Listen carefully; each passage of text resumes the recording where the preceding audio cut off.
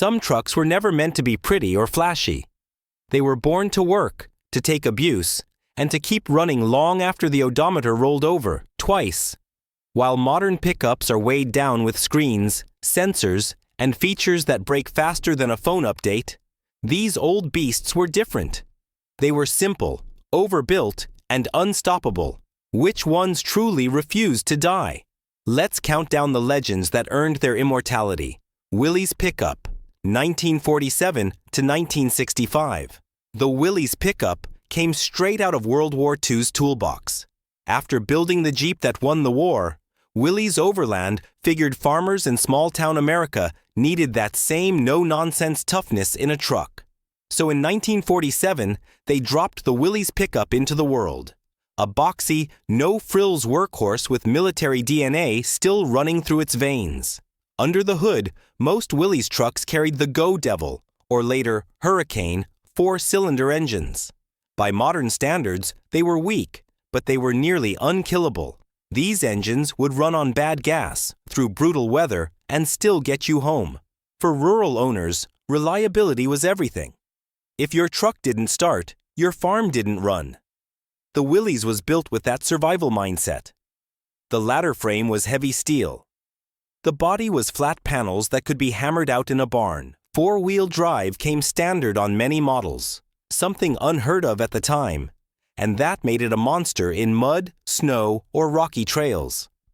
Farmers loved it. Soldiers returning from war trusted it.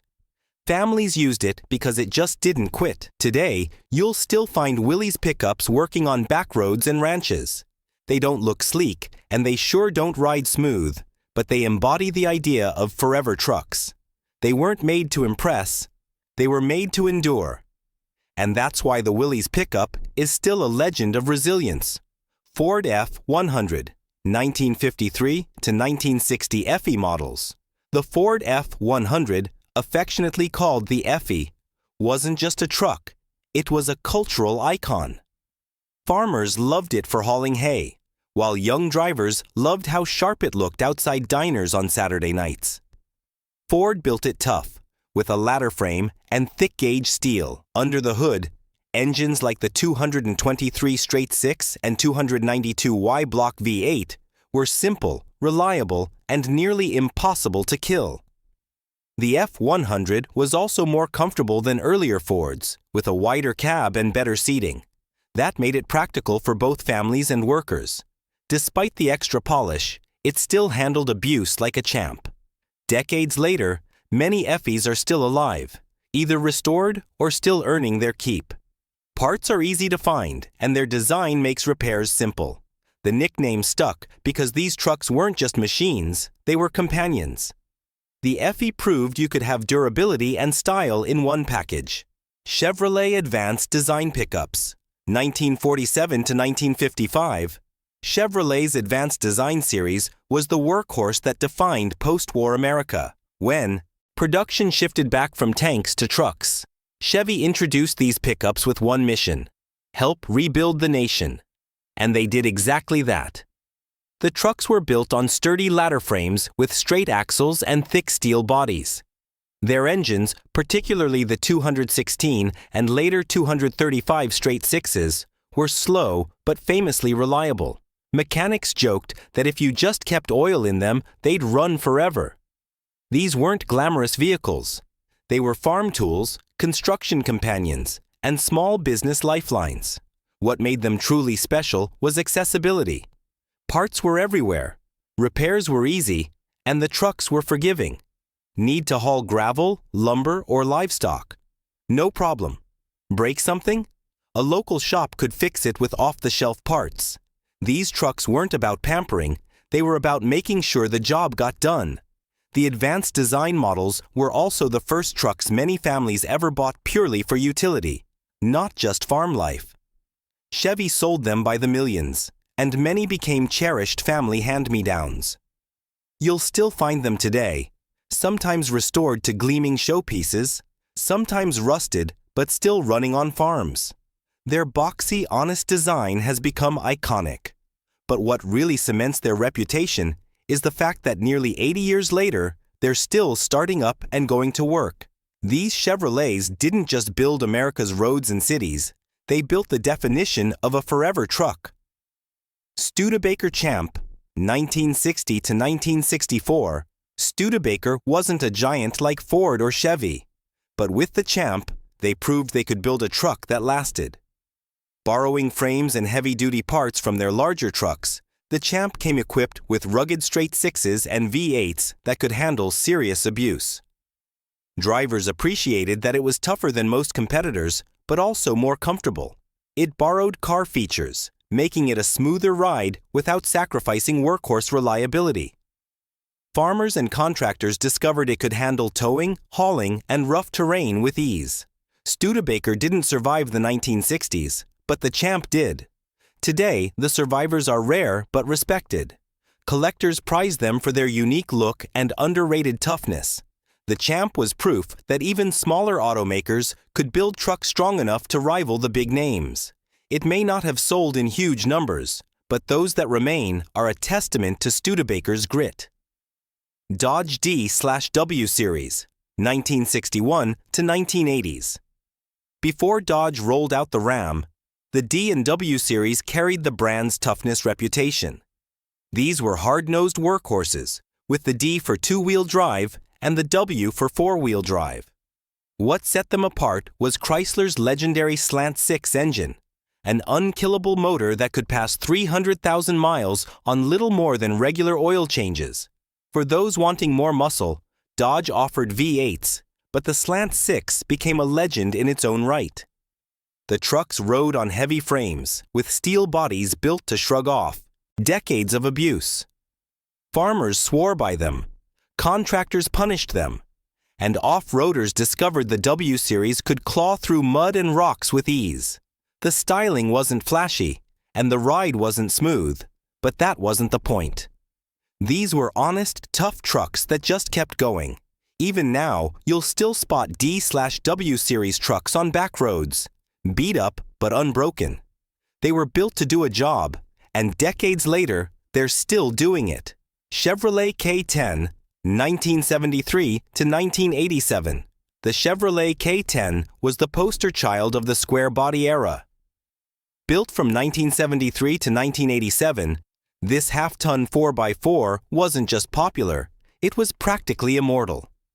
Farmers, contractors, and weekend warriors all leaned on it because it was simple, rugged, and ready to take abuse.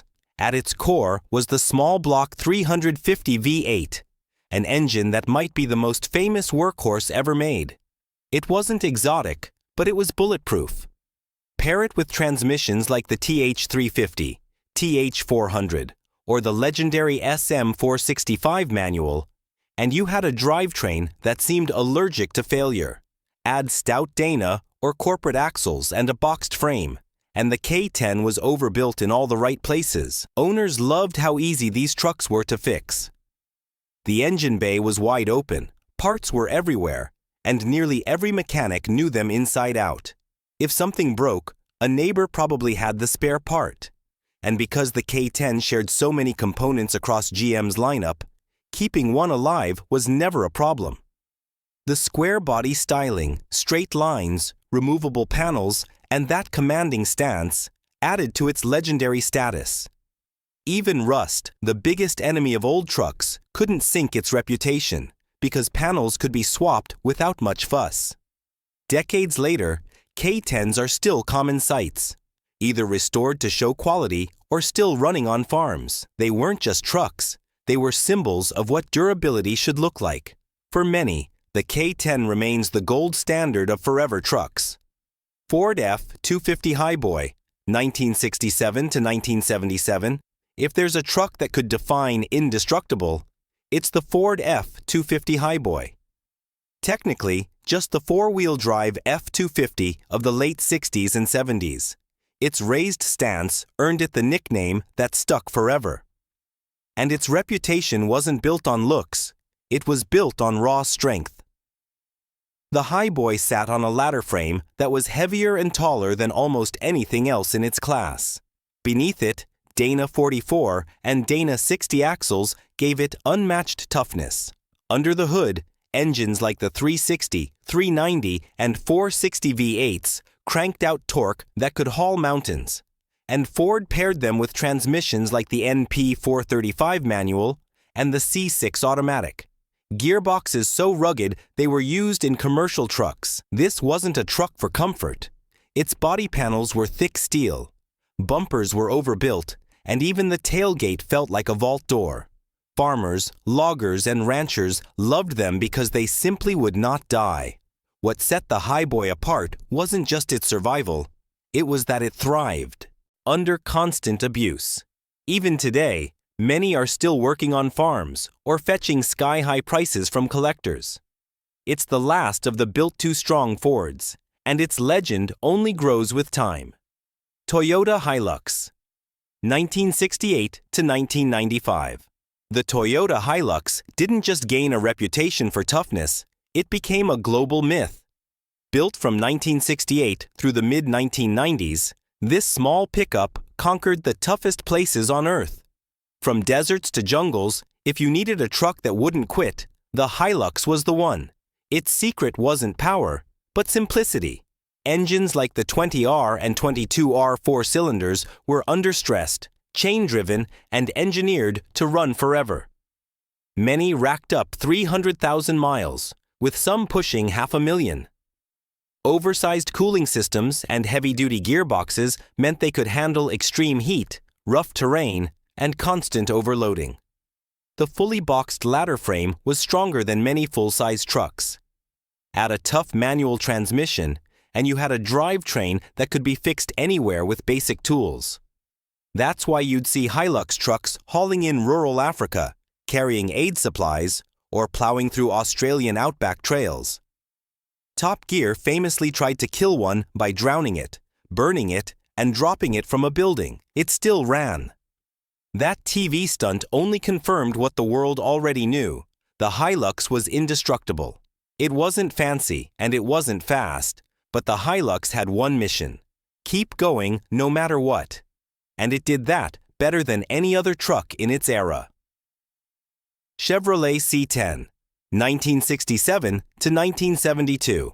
If you want the perfect balance of toughness and everyday drivability, the Chevrolet C10 from the late 60s and early 70s is the truck to beat. It managed to be rugged enough for real work while refined enough for daily use, a rare combination that made it one of Chevy's greatest successes. The C10 was built on a sturdy ladder frame that was straightforward and easy to repair. Its suspension set it apart. Coil springs up front paired with leaf springs in the rear. That design gave it a smoother ride than most rivals while keeping its hauling strength intact. You could load the bed with lumber all day and still drive comfortably afterward. Power came from engines like the bulletproof 250 straight-six or the legendary 350 small block V8.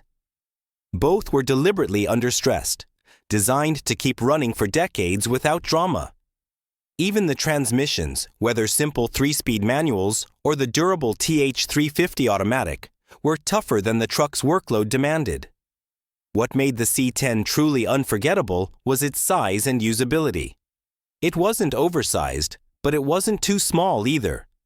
Chevy's attention to detail showed in thick steel panels, strong paint, and interiors that resisted years of abuse. Today, C10s remain everywhere. Sometimes polished showpieces, sometimes still grinding away as daily drivers. They proved a pickup could be practical, comfortable, and built to last forever. Jeep Gladiator, 1963 to 1987. Before the modern Jeep Gladiator made headlines, there was the original, a tough, no-nonsense pickup that could go where others couldn't. Built from 1963 all the way to 1987, the first Gladiator was practically a Jeep CJ stretched into a full-sized workhorse, and that made it nearly indestructible. The Gladiator was unique because it didn't follow the trends of the time. While competitors were chasing style and comfort, Jeep focused on raw durability. Its fully boxed ladder frame was stronger than many one-ton trucks of the day. Under the hood, the AMC straight-sixes, like the 232 and 258, were practically unkillable. Variations of these engines were so good they stuck around in Jeeps until the mid-2000s. The four-wheel drive system was pure Jeep toughness. Dana axles, heavy transfer cases, and manual locking hubs meant everything was simple, mechanical, and reliable. No electronics, no gimmicks, just brute force engineering. And the body? Flat panels, exposed bolts, and utilitarian design made repairs easy. If you dented a fender, you could unbolt it and bolt on another. Even major damage could be fixed with basic tools. That's why utility companies, rural mail carriers, and farmers relied on them in places where breaking down wasn't an option. Jeep barely changed the Gladiator in nearly 25 years because they didn't have to. It just worked. And today, the survivors still run strong. A testament to how right Jeep got it the first time. The original Gladiator wasn't just a pickup. It was a survival tool that kept going long after others gave up. GMC Sierra Grande. 1973 to 1987, Chevrolet got most of the glory in the square body era. But GMC quietly built something even tougher. The Sierra Grande. Marketed as professional grade, this truck wasn't just a rebadged Chevy.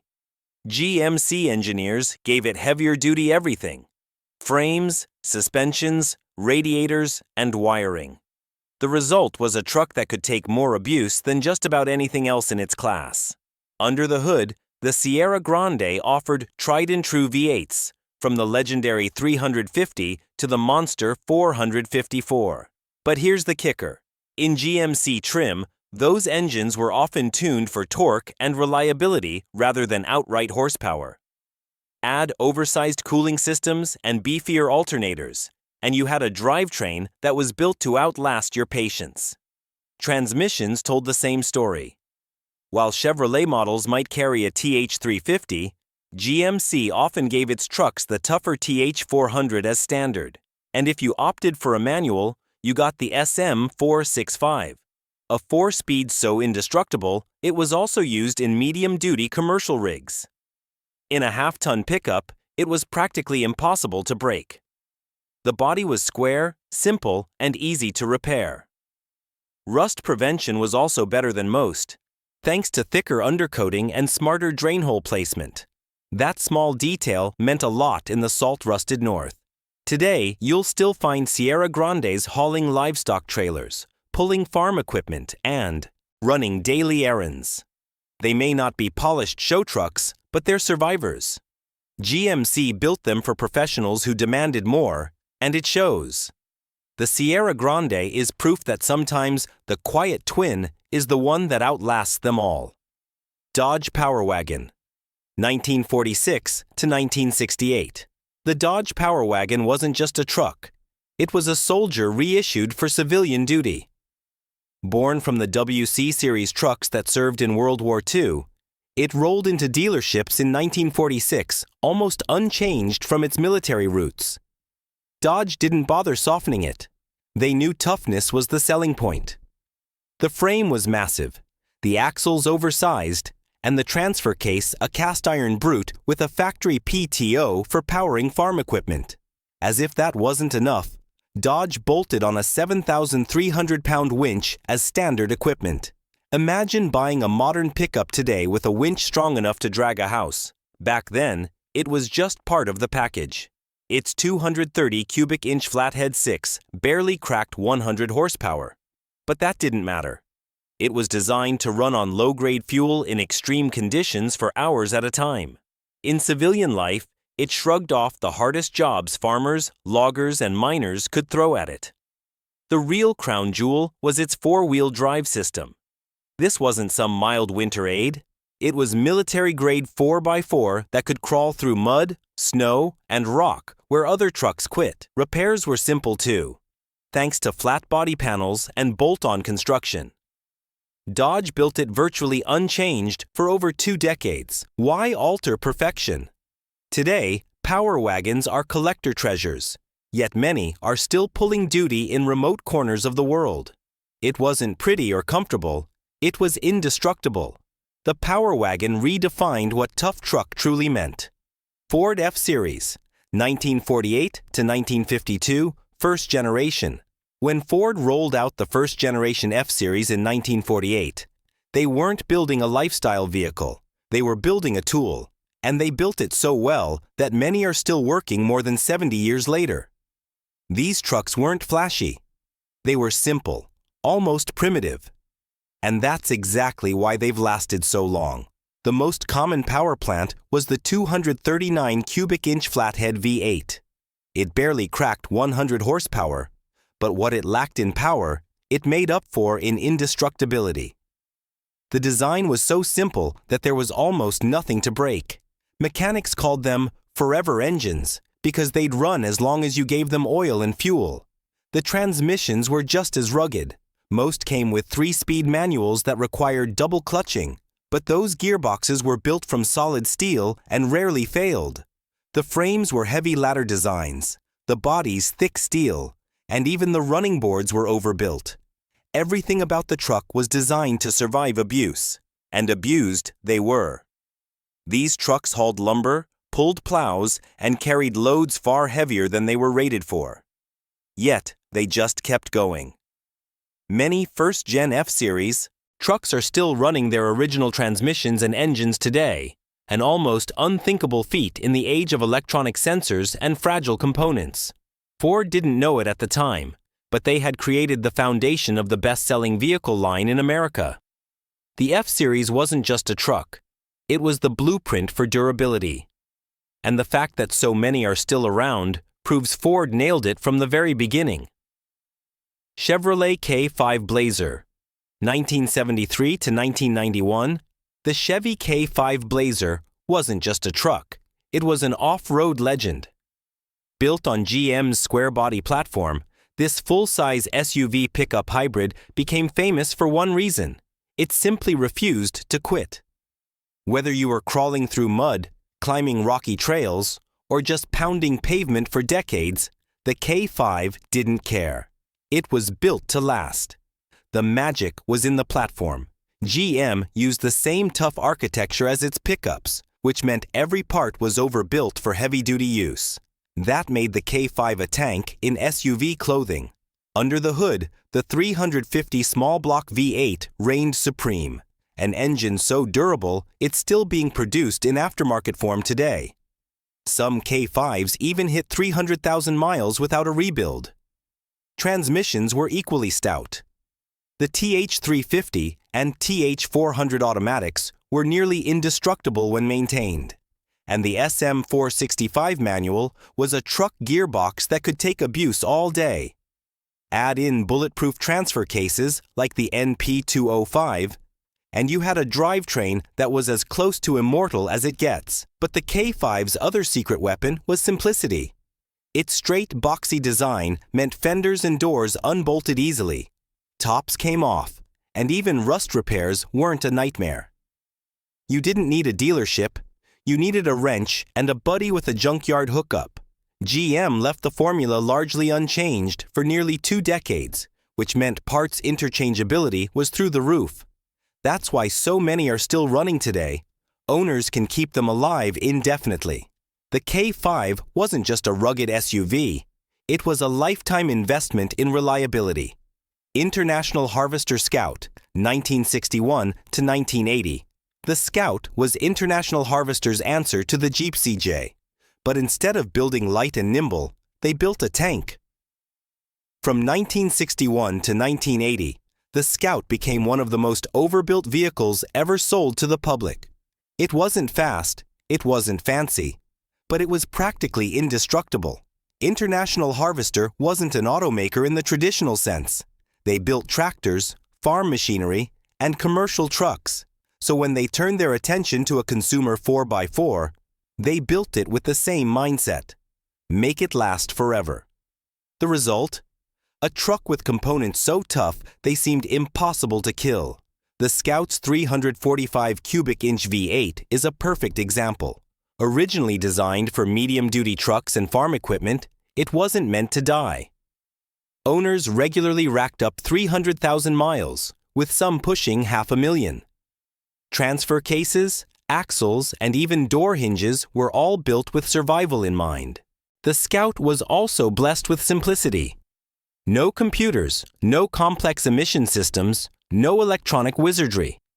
If something broke, a basic set of tools could fix it. Many parts were shared with International's commercial trucks, so replacements were always available and cheap. When other automakers were downsizing in the 70s, International stubbornly kept building the Scout the same way: heavy, simple, and nearly indestructible. That's why so many are still around today. Owners rarely sell them because once you've had a Scout, you realize it's not just a vehicle, it's an heirloom.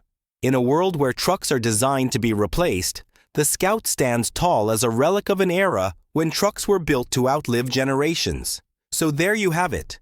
15 old trucks that weren't just machines, they were legends. They weren't built for comfort, luxury, or style. They were built to work, to survive, and to keep going long after everything else gave up. Which of these beasts have you seen still rumbling down the road? And which one would you take home if you had the chance? Drop your thoughts in the comments, hit like, and subscribe for more stories about vehicles that refuse to die.